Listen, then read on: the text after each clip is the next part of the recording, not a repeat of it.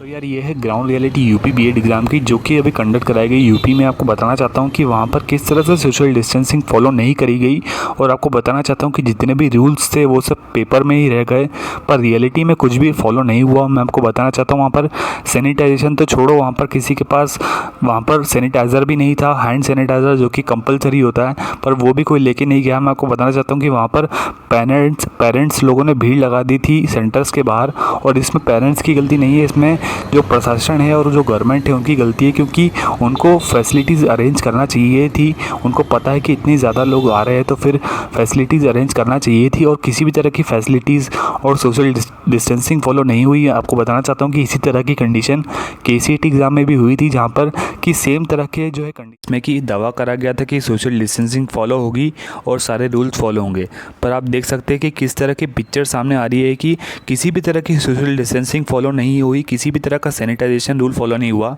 उल्टा जो पेरेंट्स थे और स्टूडेंट्स थे उनके लिए रहने की, मतलब वहाँ पर ठहरने की 3 घंटे की व्यवस्था भी नहीं थी। सारे पेरेंट्स सेंटर के बाहर इकट्ठा हो गए थे, और इसी के कारण सोशल डिस्टेंसिंग फॉलो नहीं करी गई।